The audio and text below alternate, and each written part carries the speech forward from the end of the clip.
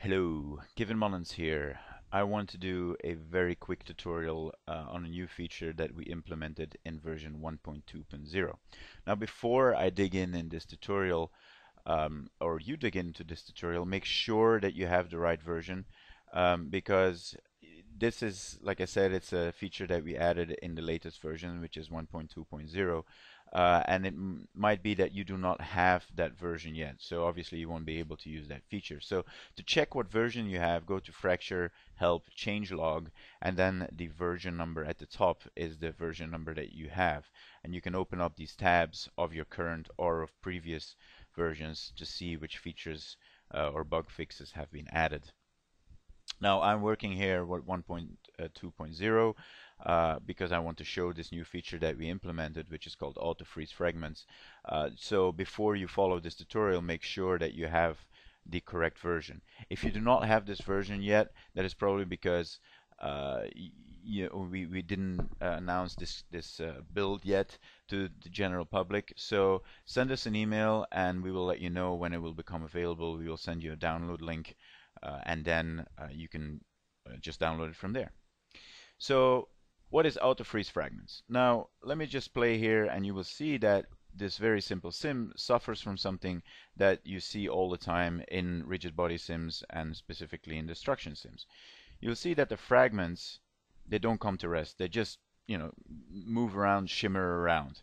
Now the way to fix this, there are a couple of ways of fixing this, but the way to fix this normally is you go into your sim and you continue adjusting, sim precision and oversampling and friction and all these things. And that is nice, but it's a bit time consuming. So what we did is we implemented a feature, an event that actually does that for you. It will freeze the fragments based on some thresholds that you set. Let me just delete this. Don't worry about that. So what I have is I have a very simple setup here, which is a normal event that when the ball hits the ground plane, it will break into pieces. Very easy, straightforward, vanilla fracture stuff. What I'm going to do to remedy this problem of the shimmering fragments is I'm going to add an animation event which is called auto freeze fragments. Okay. Now in auto freeze fragments, the event itself is not really important in this case. We're not going to worry about it. But in the modifier stack, you will see a couple of attributes that are that will allow us to freeze the fragments and basically bring them to a halt and to make them inactive. So they will become, after we are done setting these settings, they will become passive colliders. That means that they will have no velocity, but they will still react to collisions with active rigid bodies.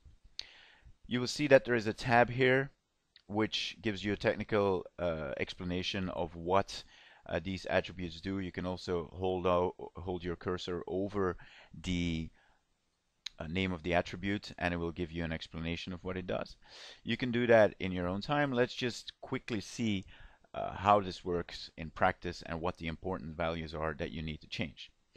So what the freeze fragment modifier will do is it will check what the velocity is, the accumulated velocity of a fragment, and if it falls below, if the velocity of the fragment falls below a certain threshold, it will become inactive.